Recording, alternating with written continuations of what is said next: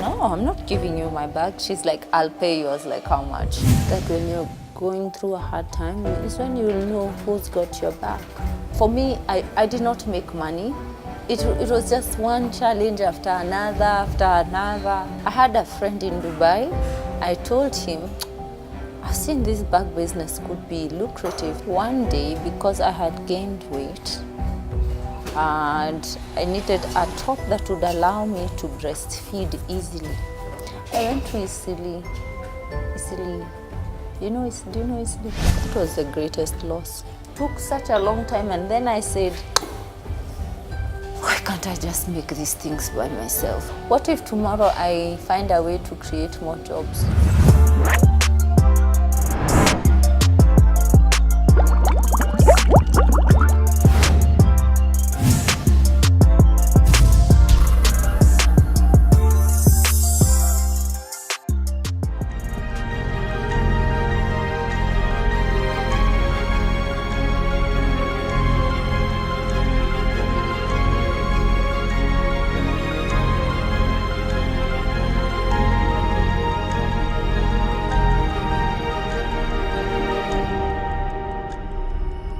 We have been on a personal and business journey with one Chebet Mutai, CEO and owner of WazaWazi, a company whose trademark has been met across the continent and the world at large. She lets us in on the intricacies of business development, rather how she managed to bring this mogul to where it is. Coming up next. I wish I knew that. There are some things we are wasting time on when the whole world is moving. I will start with what I have, and then if it works, I'm going to go to a bank. And then I sold my car a long time ago. And after that, I've just always felt that I need more money. You need to find partners, you need to find investors. How prepared are we for that? Quality is a commitment. When I was leaving my job, there was no fear. WazaWazi products are not for everyone. The products are named after people who've influenced them. I was like, God, all those people I know did not come. I have always, first of all, what I realize now as a business, how we go about raising money in Africa is wrong. You always go like, I will start with what I have, and then if it works, I'm going to go to a bank. But if you look at Americans, they look for capital, they look for investors when the thing is just a business plan. And I feel for sure, I'm sure now that if we had looked for money earlier, we would have made 10 times further. So that little money is, you always have so many assumptions. Yeah, and I wonder, to what extent can we change how we go about instructing teenagers in school about getting them ready for life? I don't think that some classes are necessary. We should be focusing on tax, because that's a big one, something that affects your whole life surely. We should be learning taxation. We should be learning fairly advanced business skills in school. There are some things we are wasting time on when the whole world is moving. And if I had understood the importance of raising money at the beginning, we would have been in a better place. Understanding risk, as understanding entrepreneurship. I had some money from my job, and then I sold my car a long time ago. And after that, I've just always felt that I need more money all the time. You want to expand, you want to reach new markets. We never have money. I wish I knew that you need to find founders, you need to find partners, you need to find investors so that you can scale. Because when you start, you're in a small room. You tell yourself, since this thing is growing, I'm going to move to a bigger place. Guess what? You're going to another startup. Because moving to the next space means automatically your costs have gone up. So you're still hustling. You're just like always in this. You hire more people, it means you need more machines. You need more inputs, you need more leather. How prepared are we for that? We are not. Our government is failing us in that front. They've failed us in many other things, but can they try and inspire our young people to be prepared for business, considering there are no jobs? Where are they going with no skills? Because you get into the work job market and you have no skills. You literally have no skills because they're not hiring teachers. So now, what are you going to do? Quality is a way of life. It is not a thing you do at the end, you do it at every step. Quality is a commitment. It's not a thing we do once in a while. It's what we've said. Like, remember when I said you need to decide where you're playing? If you're going for a mid-market, or for Kenya, this is it's expensive. But you know, in the US, we are a mid-low price point, yeah? Because their bags are an average of like $150, right? 15,000 bob. I'm not talking about the Chinese mass-produced things, because again, you can't compare my product with a mass-produced product from China that is costing 500 shillings to produce, get it to America, pay taxes. So let's say it's now like 5K. Yeah, it's a completely different product.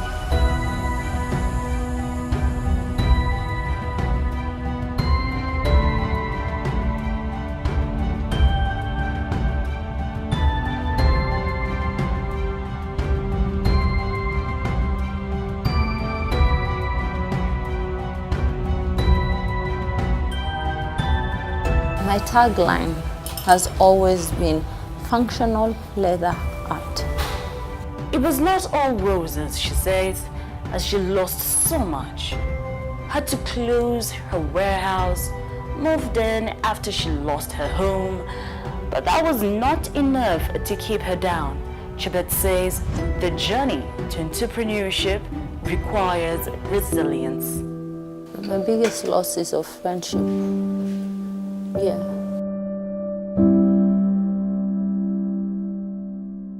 The business is an extension of yourself. That when you're going through a hard time, is when you'll know who's got your back. And it was very unsettling to see it. I like connecting with people. I'm very good at socializing or meeting people. So just coming to the realization that not everyone cares as much as you thought they did. That was the greatest loss.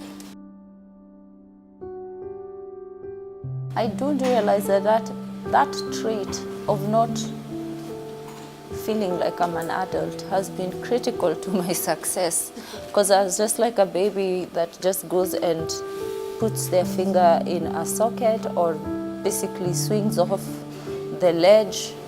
It's a sense of no fear. So when I was leaving my job, there was no fear, because I was like, why would it go wrong? Like, it never occurred to me that it could be hard. And when it was over, that was just quickly, like 2 weeks into it, I realized that getting customers was hard. I was like, God, all those people I know did not come. The people you thought would come did not show up, other than my mother, who wanted clothes for free anyway. It was crazy, man. But then over time, your unlikely angels start to show up.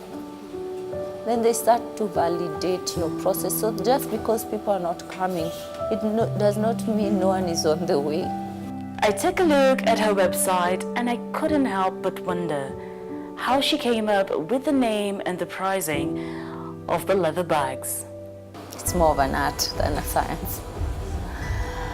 I named the product after people who influenced them or influenced me in one way or the other. And they're all Africans.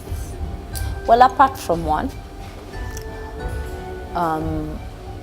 But the products are named after people who've influenced them. Like Kitoni is my friend, Zipporah's daughter, Caroline Kitoni. She's the first person who bought the Kitoni bag. So I was like, this is the Kitoni bag. Amina bag is Amina Mohammed. She's a mentor to me.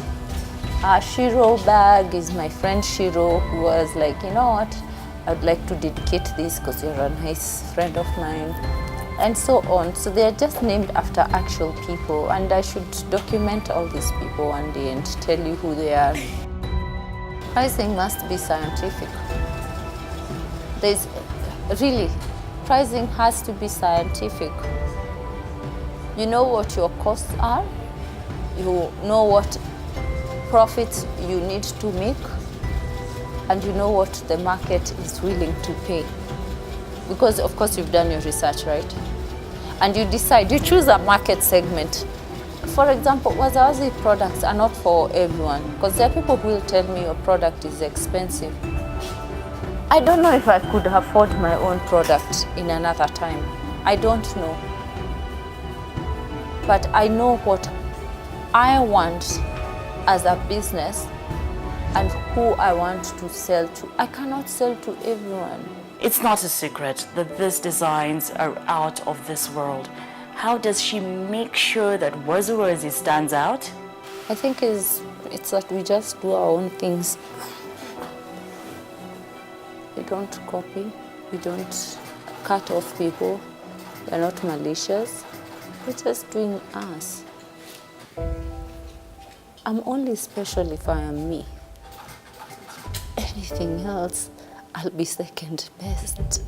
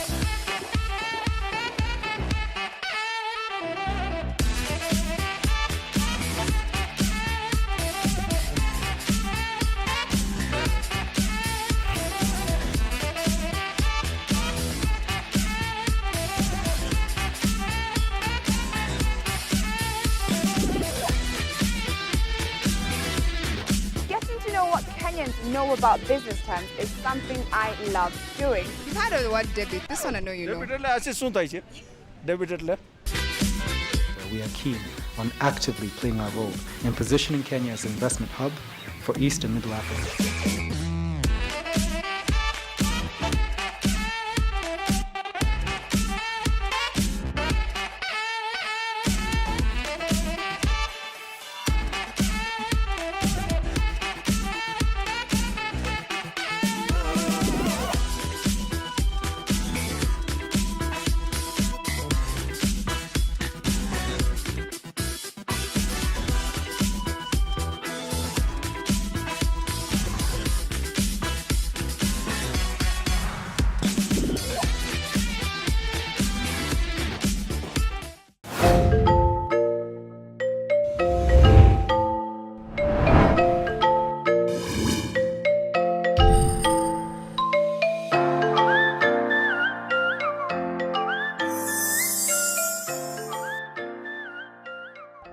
How do you counter competition? Competition is welcome, it is healthy, but by no means should it be, but I mean, it's business. Yeah, there's nothing you can do about it. There's only so much you can do about it. So how do you deal with competition? Innovate. Innovate and keep moving. By the time they're coming here, you're there. And you make sure everyone knows that you are first there. Social media should be a tool for growth. For me, social media is a powerful tool of business. For you to drive traffic to your website, you need a social media presence. You need social media to be a net that you cast so that you can bring people into your realm. There is no greater tool for business now than social media, because it allows you to interact with a highly discerning client. Now, there is a flip side of social media where you choose what to put out there, because for whatever reason you want people to think that you're doing so well, that's why you're taking photos and posting them, and I don't know. I mean, there's nothing wrong with that. You know, remember when you were growing up, you used to have photo albums and you would put it under the table there. Mgeni akikuja, you take it out and you're like, look, we went to Cairo. Yeah, there's nothing wrong with that. It's sharing experiences, it's sharing your life, and it's great. But what is your why? Why are you doing it? Is the question. That therein lies the question. So for me as a business person, I use social media as a tool of business, as a tool for branding. A lot of people know WazaWazi and they think we are billionaires. We are thriving. That's really nice, but remember, social media is also a curated space. I think it was Malcolm X who said, you also need to look like you have something for you to get something, which is when you're told you need to present yourself. That's why you have those nice glasses, so that when you go to somewhere, you look minajua. So that's okay. If it's part of a curation that is not deceptive or misleading, it's just, I'm telling you I'm in Hong Kong, so that you see that I'm in Hong Kong with my business, or that you see that Hong Kong is a beautiful place, but by no means do I want you to feel bad about your life that you're not in Hong Kong at that moment, you know. So that's my take on social media. It's a great space. I wish I could, I am trying to understand it more, by the way. It's a whole science, and as we've tried to transition the brand to be a digitally native brand, we realize that as we hone further deeper and deeper into social media and the strategies around it, it's not a child's play. It's a highly complex space. When we started, there was not a lot of people in the leather space. I believe that I, myself, as Chebet, have been catalytic to having more and more people join the industry. We see a lot of people copying. I will never ever write to them, because I feel sorry for someone who's copying. You know why? It is a reflection of you. It has nothing to do with me. It is you telling yourself, and what you focus on expands. That you cannot design, you don't exist. That is why you have to, take from other people and, pass it on as yourself. So social media, I have no fear sharing my content on social media. It is a tool to communicate with my clients, or a tool to inspire younger people to come up, or people not necessarily younger, but somebody who wants to join the space, yeah. But that is all it should be for them. I can tell you for a fact that we influence over 100 people, directly and indirectly. Because we are Africans, we don't come alone. You are supporting a sister, a brother. That is what is more important, by the way.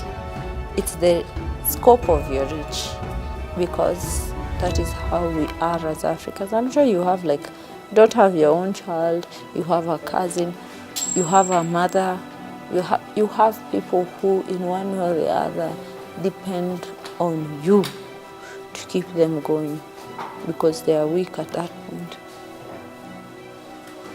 So when we say that the SME sector affects or influences 1,000, there are 1,000 people 100,000 who are self-employed. There are 1,000 Jokali guys up or Kariako or wherever. That's not the true impact. It's not. And I'm really interested in impact, by the way, that you can quantify effectively and say, because of your intervention, this is happening. It's the only way we can move forward, is that if we start, do not think of yourself, find distributors, and now we're getting high quality distributors, you know. If we soon, well, I haven't signed the contract, but we're supposed to be in very high traffic zones. For me, that is definitely what we need. Yeah, but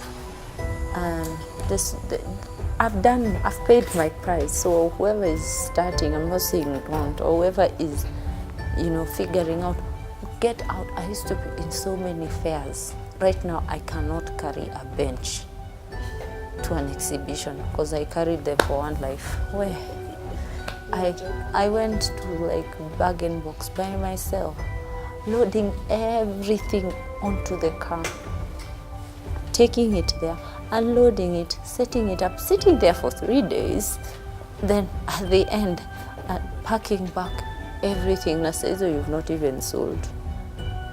Oh my God, I paid my price. Thanks.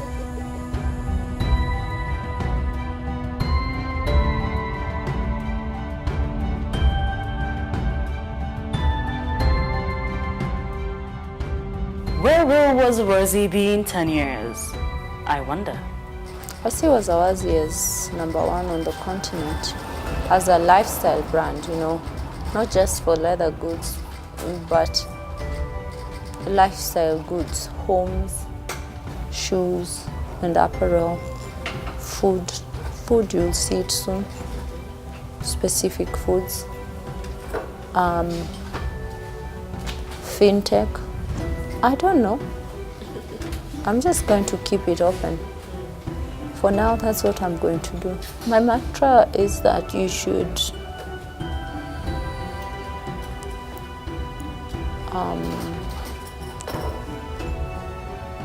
be the best version of yourself. I also believe that what you focus on expands. Hardships will always be there. In fact, at the moment, whatever hardship I have, I magnify it times a few tons, because where the true north is, I expect harder challenges. This is just training.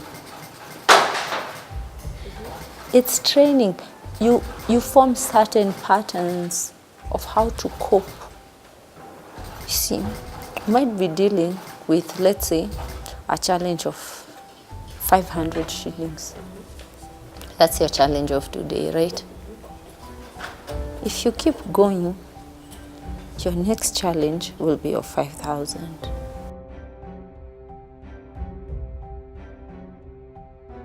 You start. That's step number one. Start, have a plan, stick to the plan, but also adjust, because the way you're not rigid is the same way plans are not. A plan is a general guide, but it changes, so adjust, correct the mistakes, assume that you have no time, because that's the other thing. I think I didn't feel any urgency. Now I do. I feel urgency. So just focus, do your best version of yourself. Don't copy, be original.